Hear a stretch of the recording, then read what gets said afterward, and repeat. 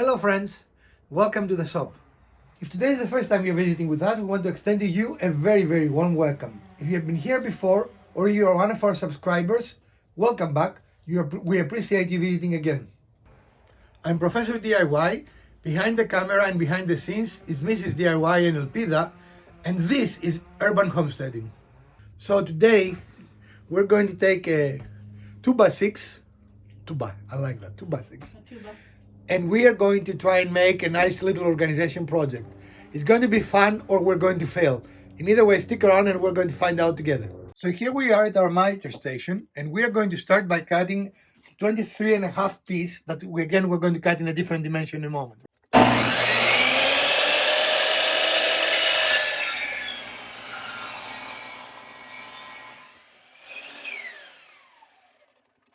We should be able to get out of this piece a 12-inch piece and a 11.5 piece inch. Right.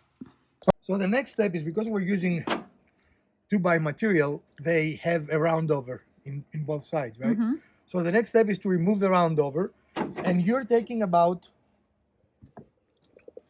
the width of a blade. That's all you need to take to round it, right? Removing the round is an important step, and we always must do it when you do furniture or any finished piece utilizing 2x material, 2x4s or 2x6s. It makes this piece look more professional and more finished. And we're going to do that in all our pieces. So, put on the small piece and then the big piece. We took this and make it look nice and sharp, right? Mm-hmm. Of course, we need to do that on both sides, and for expediency, we did all the one side cuts first, and now we're going to reset our saw. Right. And so the reason why we did one side is because they're all the same board, all the same width. You can take that one side off, and then to do the next side, you actually have to bring your fence in a hair to catch the other rounded. That is the technical term. Yep. A hair. A hair or a skosh. Or a skosh. Yeah.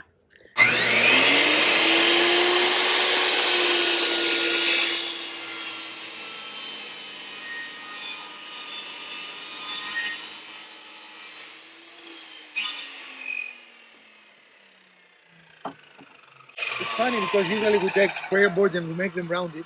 Right. And today we're taking a rounded board and we make it square. Yes.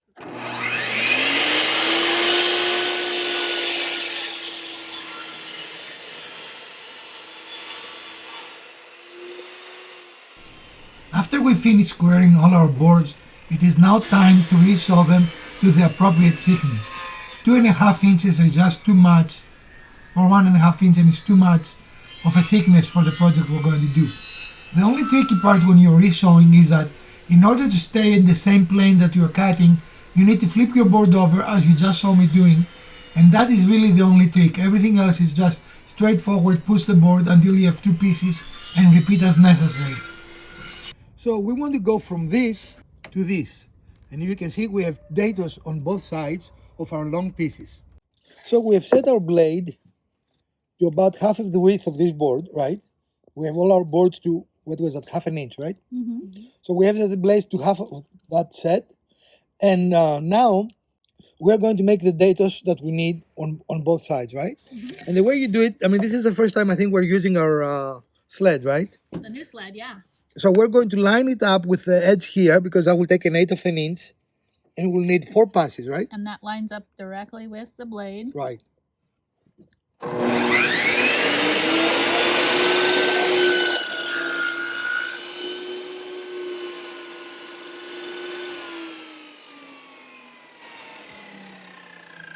Now we do have a dado stat, but we know a lot of people don't have a dado stat, right? So we're doing it this way. Mm-hmm. And as you can see now, we've taken a little part off, and now we're going to align this edge, not the outside edge because it's already gone. We're going to align this edge with our, what do you call this, Opening. outside edge? Yeah. The opening, yeah. Okay. And we're going to repeat that until we're done.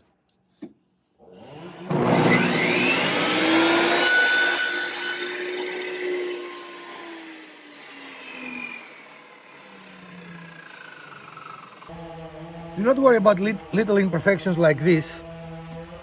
They are going to be taken off, and we're going to use a chisel to make everything smooth, right? Mm-hmm. Again, this is one of the byproducts when you do it this way, and it's not really a big deal.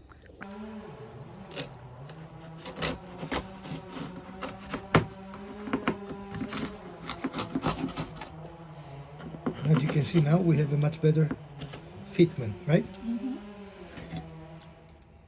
Excellent. And then we're going to dry fit and check how it looks. Okay. Okay. So here we are. This is our first dry fit. And this gives you an idea of the dimension of the box, right? The cabinet, whatever we're going to call that. Right. Now, we decided to go with dados. But here you can use finger joints, for example. You can use... Just butt joints, right? no. Yeah, the butt joints are not really good for No, this purpose. but you could. Yeah. Dovetails. I mean, I decided to go with those for consistency. And then we're going to use some verticals and horizontals. And we are discussing how many we want of those, right? And that will allow us to create the cabins for the drawers. What else are you going to say? I just wanted to show. Now these aren't secured in any way except for we've got tape there just to hold it as our dry fit. I just wanted to show how those come together for you. And they will be a tighter fit once we put them together with the brad nails, right? Brad nails and glue, and probably we're going to clamp it a little clamp bit. them, yeah. Okay, awesome. No, you Okay, so we decided that we want 2 rows and then 3 here. And so we measured out that this is Not opening. 28 centimeters. And then we divided that by 3, which is 9.3 centimeters. Measured that first one out, and then we made a story stick.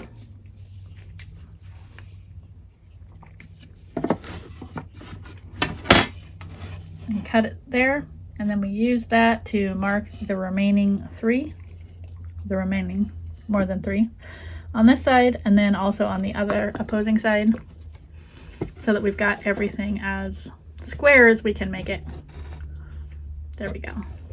And for the other 2 sides, again, we just did a center point because we're only doing 2 rows here. So once again, here you see our mark. We're going to use our marks, and we have combined the 2 boards, because even if we make a small mistake, the mistake will transfer to the other board, so the divider will be vertical, right? But if we don't do that and we have an 8th, it's a small piece, it will be more visible. Okay, so we're going to do that, and we'll hopefully have fun. This is a little repetitive, but it requires no special equipment. So if you have a table saw, you can make potatoes very, very easily. So here we are, and we have made our 2 dados. And we're putting reference marks, so when we put them the thing together, we know how those are going to go together, right? Right. So we can make sure that we're lining up the correct data. Correct. So we're very happy so far. We need to do one more on the other side, one more cut, and then we're going to start assembly. So again, we're going to tape the 2 other sides together, and that does 2 things. Keeps them together so we can make one cut, right? It minimizes the amount of work we do. And the second thing it does is allow them to be straight and flush with each other, right? So the dados are paired up and Correct. they're correct. So even if we make a mistake in marking, it will come together because... Right, because all the blades. Here's our mark. Right. And this is what we use as our mark on the blade, and that's on the half point. So here we are. We have assembled the carcass, and now we are going to cut in the right dimension what in essence are the cells, right? So we're going to mark them. Always is best. That looks like it is almost correct. It's almost correct, yeah. So Yeah. like another little bitty, like a 1/16 of an inch off the Okay, yeah. So that's why we do it in this sequence, right? Because it's always better to assemble and measure versus measuring with a measuring tape. The sled we built in another episode makes this operation not only much easier, but very, very safe. Any other way to do what we're showing here would be both harder and more difficult. Harder and difficult is the same thing. Would be both harder and less safe to do. So we're putting our sled to the first use right now, and very, very pleased with how well it performed. An item that you have to have in your shop if you want to take your game into the next level. Here you will also see how small pieces of wood can really, in essence, explode when you're doing something, and that's why you always need to wear your eye protection. Eyeglasses are a must. You see a lot of little pieces right there, and you can see if any of them hit you, it will be a serious issue. We've got some really narrow channels that we need to get sanded because we've got a little bit of tear out here and here. So we're using a little handy stick and wrapping some sandpaper around it fine, and then working it into that groove.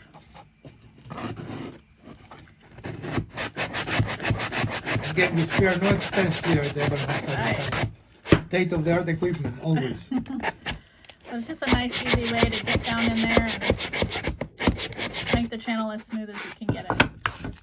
And then we'll take just the piece of sandpaper and clean up that edge a little bit to get nice, clean grooves.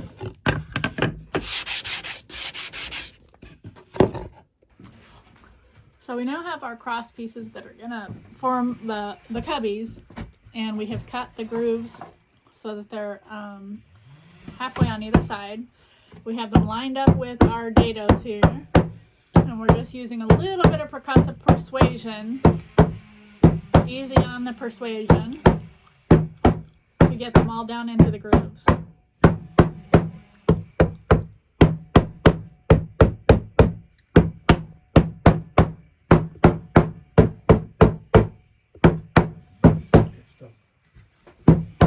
So if you have not seen this, I find it very, very rewarding. Is that the right term? Mm-hmm.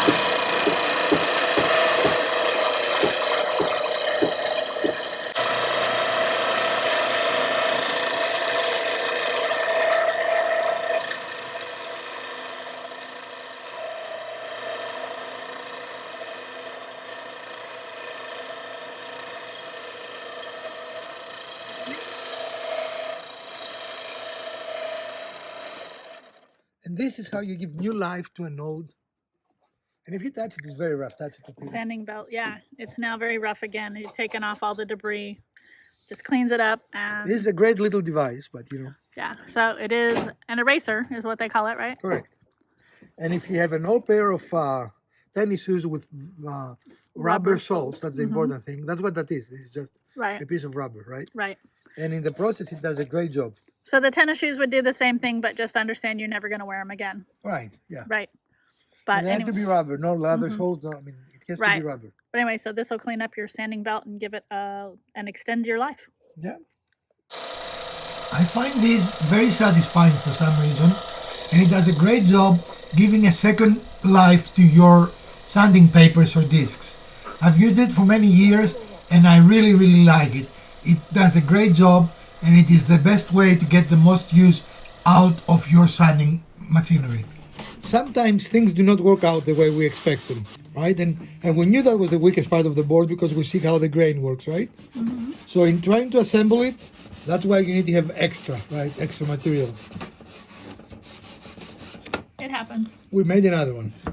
Stuff happens, right? So do not be disappointed if that happens. That's one of the reasons why we share those things with you guys, right? Mm-hmm. And technically you could fix that, but I wouldn't. Right. All right. So here we are. This is a finished carcass. Did we go somewhere? Yes, we went places. Okay. This is a finished carcass, and right now, this could be. Then you could make little a little display caddy, right? Like you could put Right. little knickknacks and things like that. And then if you do that, you don't need to do anything else. Because we're going to put drawers in it, we're going to put a back on it. And again, we resawn some lumber, and we're going to create it a back. Now, this is just my preference. When I have different size pieces, I prefer the symmetry. Right. So if I have two the same size, I put them on each side and the one that is odd shape in the middle. So we're going to attach this and we'll get back with you. Yep. So we're using some glue, wood glue, and some pin nails to attach the back to the cabinet. And in this design, the back actually provides structural support as well, right? Mm-hmm. It makes sure everything is nice and beautifully straight. You like that? Beautifully straight. I like that. That's very poetic. I know. Mrs. DIY, when her elbow is not on the way, That's okay. we'll, Camera person moves, adjusts. We're used to that. we'll put the last piece. Hey, Hey, don't mess up with the talent. we're used to adjusting for the talent. Ready?